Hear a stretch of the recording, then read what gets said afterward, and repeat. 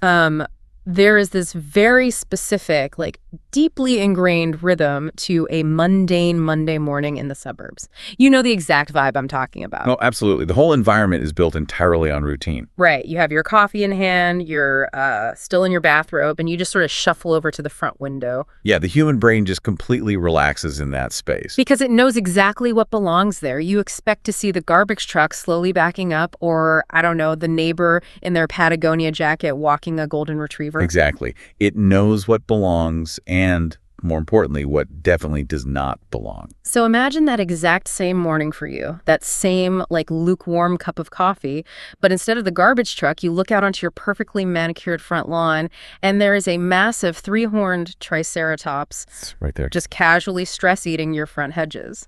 That is such a wild mental image. It really is. And that absolute shattering of the mundane is the exact feeling we are jumping into for today's deep dive. It's a great setup for what we're talking about today. Yeah, our mission today is to figure out why a wildly anticipated, totally genre-bending new movie called The End of Oak Street is generating just an absolute wall of hype right now. The buzz is honestly everywhere. It is. But to do this, we're doing something a little different today. We have a strict rule for this deep dive. Right, the Cocos rule. Exactly. We've compiled early screening reactions, industry chatter, and, critical whispers, but we are stripping away all the specific sources. So no names. Zero. We are not naming any specific reviewers, publications, social media accounts, none of it. We are just looking at the raw, unfiltered, aggregate data of what this movie is actually doing to audiences. Which is crucial, honestly. Taking a step back from the specific names hyping this film, lets us see the broader pattern. Right. Because the aggregate buzz paints a picture of a theatrical experience that is subverting almost every modern blockbuster trend we've grown accustomed to. I mean, the premise alone is a massive departure. Like, we follow a family fittingly named the Plot family, by the way. Nice little cinematic nod there. Yeah, very subtle. So they go to sleep on a totally normal Tuesday, and some sort of like unspecified cosmic event happens overnight. Unspecified being the key word. Right. When they wake up, they discover that their house, their street, their entire immediate neighborhood has somehow been entirely relocated to an unknown environment. And yes, dinosaurs are now just wandering around outside their front doors. The structural choice to skip the how there is just fascinating to me. Oh, totally. Because, I mean, think about modern science fiction. It usually dedicates the entire first act to exposition. Oh, yeah. We'd normally get 45 minutes of scientists in a sterile lab. Exactly. Scientists furiously typing on glowing monitors, explaining that the space-time continuum is fracturing or whatever. But here, we just completely bypass the exposition dump. Straight into the madness. Straight to the triceratops and the hedges. And the early industry buzz is proudly shouting from the rooftops that this movie features absolutely zero hard science to explain the plot. None at all. The filmmakers are clearly not interested in the physics of neighborhood displacement. They have prioritized pure, unadulterated fun. Early reactions are literally calling it the most fun dinosaur movie in decades. Which is great, but abandoning the scientific framework is also a massive gamble in today's cinematic landscape. How so? Well, we have an audience culture that has become deeply accustomed to, nitpicking plot mechanics on the internet. Oh, for sure. The whole plot hole obsession. Right. People want the wikis, they want the expansive lore, the structural blueprints of the fictional universe. By explicitly removing the logic, the filmmakers are demanding a completely different type of engagement from you as a viewer. Okay, but I have to challenge that approach a bit. Go for it. Because I understand the appeal of skipping the boring lab scenes, I really do. Yeah. But when a movie explicitly lacks hard science and basically bakes obvious plot holes into its DNA on purpose, are modern audiences actually willing to just turn off their brains? That's a fair question. Right. Because we live in an era where people tear apart tiny continuity errors on social media. Will they really forgive a total lack of logic just for a fun ride? Or does that risk alienating people who, want a story that actually makes sense? They absolutely will tear it apart if the movie is just empty spectacle. Yeah. Okay. If a film relies solely on special effects to hold the audience's attention, the viewer's brain just gets bored and starts looking for structural flaws. But the aggregate buzz points to a very specific secret weapon holding the chaos of this movie together. What's that? It's the human anchor. Specifically, the lead performance by Anne Hathaway. Oh, man. She is playing the mother of the Plot family, right? She is. And according to the early chatter, She gives a performance that commits 100% to the absurdity of the situation. So she's not treating it like a joke. Not at all. She doesn't wink at the camera. She doesn't deliver those, ironic, self-aware quips about how crazy the situation is. Like the classic action hero one-liners. Right. She totally avoids that. She plays the reality of a mother trying to protect her family with absolute grounded sincerity. It's a lot like the culinary trick of putting coarse sea salt on a rich caramel dessert. Oh, I like that analogy. So the sci-fi premise is the sugary, ridiculous caramel. Exactly. It's too sweet on its own. You need a deeply grounded, salty, realistic human performance to cut that sweetness.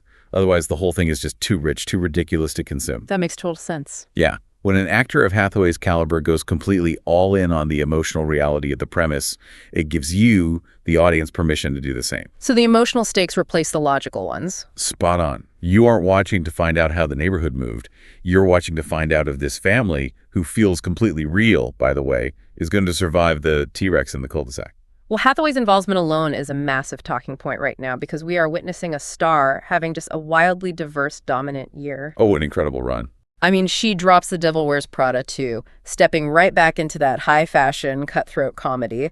Then she pivots completely and gives us this sweeping, historical, epic drama in The Odyssey. Such a huge shift. And now she's fighting a raptor in a suburban kitchen. I mean, her sheer range is staggering. She could easily take the entirety of next year off after a run like this. She definitely earned a vacation, but her recent track record actually plays into why this new role works so well. How do you mean? Well, audiences are coming into the theater carrying the gravitas of her last two major performances. They project that dramatic weight onto her character in The End of Oak Street. Oh, that's interesting. But while her performance is the anchor, the tonal landscape she's operating in is what really seems to be catching early viewers off guard. Right, because the marketing might suggest a pretty straightforward popcorn flick monster movie, but the actual construction of the film has a very specific flavor. A very deliberate flavor, yeah. The phrase that keeps popping up in all the early screening chatter is Amblin-ish adventure. Yep, seen that everywhere. The movie leans heavily into that late 70s, early 80s Americana vibe.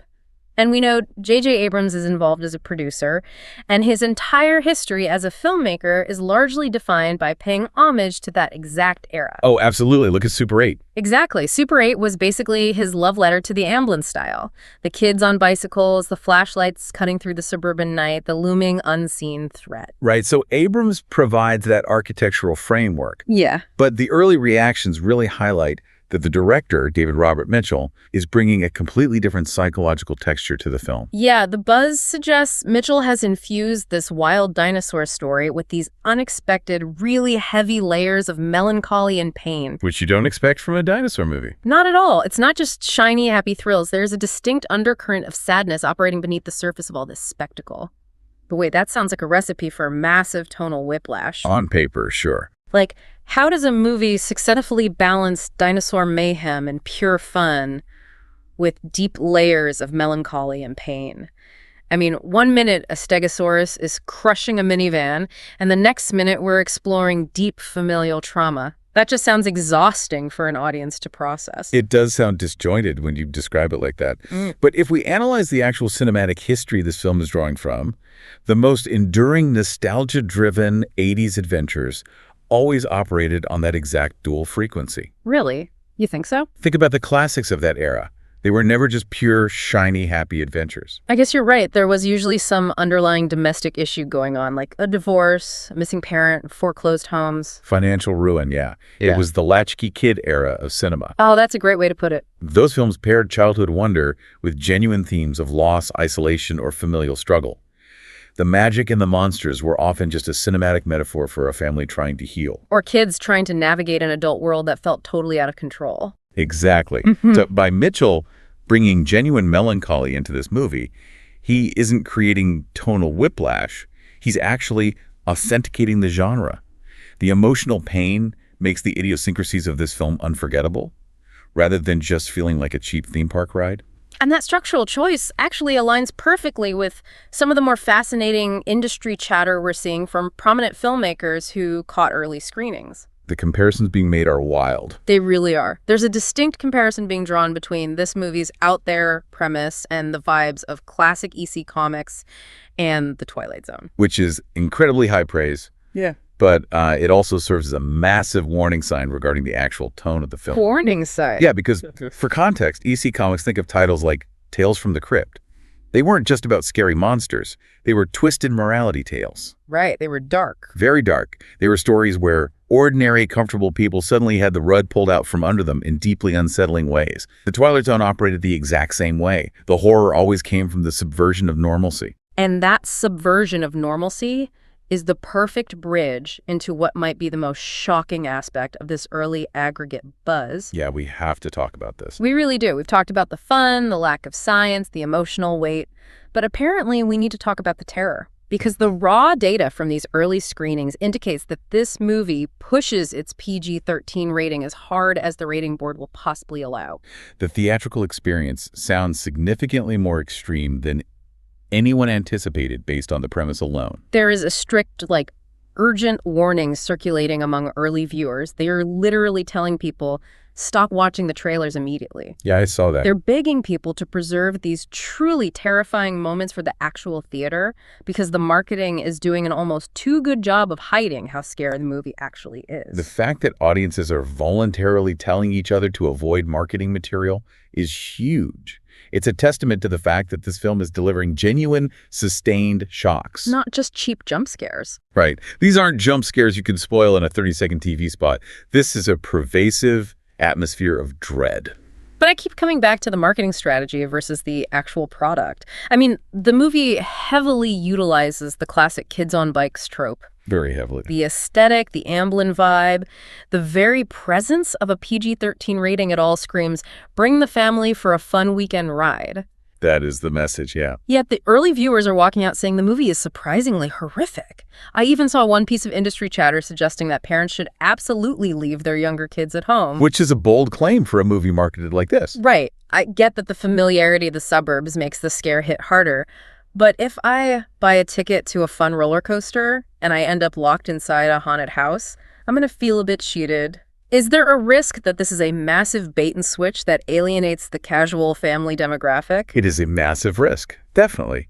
But I would argue it's not a bait and switch. No, it is a masterful, calculated manipulation of the audience's psychological defenses. Let's look at the mechanics of cinematic suspense for a second. Okay, let's do it. True cinematic thrill rides often rely entirely on subverting a feeling of safety. The kids on bikes imagery is our cultural shorthand for safety. It represents childhood innocence, a world where the absolute worst consequence is a scraped knee before dinner. Right. By heavily establishing that visual language in the first act, the filmmaker deliberately lowers the audience's collective heart rate. Oh, wow. So the pristine, sunny cul-de-sac isn't just a setting. No. It's a weapon. It is a psychological trap. Think about it. If a director sets a movie in a haunted, dilapidated Gothic mansion on a dark hill during a thunderstorm. Your guard is already up. Exactly. The audience braces for impact from the opening frame. Their defenses are up. But if you set it on a sunny suburban street with kids riding bicycles, the audience relaxes. They lean back in their seats. And that is the exact moment you strike. Yes. When the horror actually arrives, it hits 10 times harder because it has violently invaded a space we fundamentally believe should be immune to danger. It achieves this unforgettable, frozen-in-your-seat terror that a standard slasher film where teenagers are expected to die in the woods can just never reach. Frozen in your seat is the exact phrasing popping up in the early reactions, by the way. I'm not surprised at all. The aggregate buzz is universally highlighting one very specific set piece in the middle of the film. Obviously, no one is spoiling the mechanics of what actually happens on screen, but multiple accounts describe an entire theater screaming at the top of their lungs, followed immediately by the entire room freezing in dead, pin-drop silence. That is incredible. People were literally covering their mouths in terror. Generating that specific sequence of reactions is the holy grail of theatrical horror direction. Seriously. One industry reaction hailed it as a top 10 moment ever had in a theater. Think about the sheer mechanical control required to achieve that. To be in a dark room with hundreds of strangers, and the film exerts such absolute dominance over the space that it snaps an entire crowd from a collective chaotic scream into a collective paralyzed silence. It's immense cinematic power. It really is. And it speaks to a deep, visceral manipulation of tension. Analyzing that reaction from a psychological standpoint, when an audience collectively covers their mouths, that's not a learned cinematic behavior. No. No, it is an instinctual biological response to being hunted. Wow. You cover your mouth to muffle your own breathing so the predator doesn't locate you. The sound design, the pacing, and the visual threat in this film are apparently so effective that they bypass the logical brain entirely and trigger the audience's primal prey instincts. The idea that a PG-13 dinosaur movie featuring kids on bikes is triggering primal prey instincts in modern desensitized audiences is just staggering. It's quite an achievement. It proves that this project is far more than just a CGI spectacle. It's like a meticulously engineered stress test for the nervous system. Which is exactly why the lack of hard science we discussed earlier is so vital. Oh, tying it all back together. Right. If the audience is busy trying to calculate the physics of how a neighborhood teleported, they are engaging their logical brain. Yeah. But if they are just watching a mother try to keep a velociraptor out of the living room, they are engaging their survival brain. The fear only works if the logic is removed. Exactly. Which brings us to the ultimate question for everyone listening heading into this weekend's release. Let's just recap the strange, potent cocktail that makes up the end of Oak Street. Let's hear it. So, you are walking into a logic-defying, zero hard science thrill ride. You have a star-studded cast, anchored by Anne Hathaway, delivering a deeply grounded, gritty performance in the midst of her wildest career year. Yep. You have this delicate, high-wire balance of 80s Americana nostalgia mixed with genuine, heavy melancholy.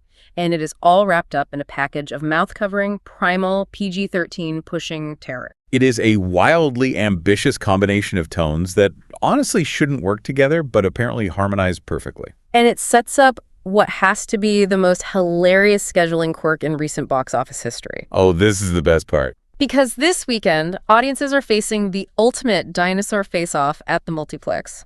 On one side of the lobby, you have the primal, terrifying, melancholic survival story of the end of Oak Street. Yeah. And opening on the exact same day, in the theater, literally right next door, is Paw Patrol the Dino movie. It is a true battle for prehistoric box office supremacy. Aimed at vastly different ends of the emotional spectrum. Just slightly different, yeah. It begs the question, Right. which movie will thrive this weekend and which will face extinction? I mean, you are absolutely going to have exhausted parents trying to figure out which dino movie to take their kids to. Oh, no. And if they walk into the wrong theater by mistake, they are going to have a very, very long car ride home. Lots of therapy in their future.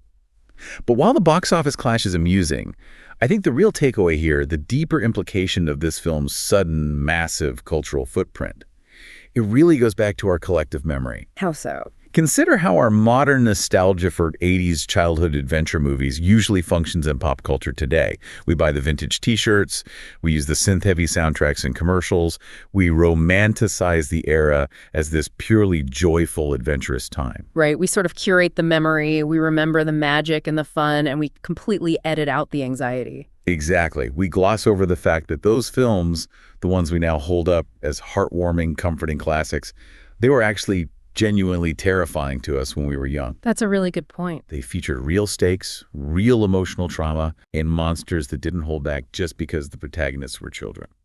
So the end of Oak Street isn't just imitating the visual aesthetic of those classic films. No, it's doing something much more aggressive.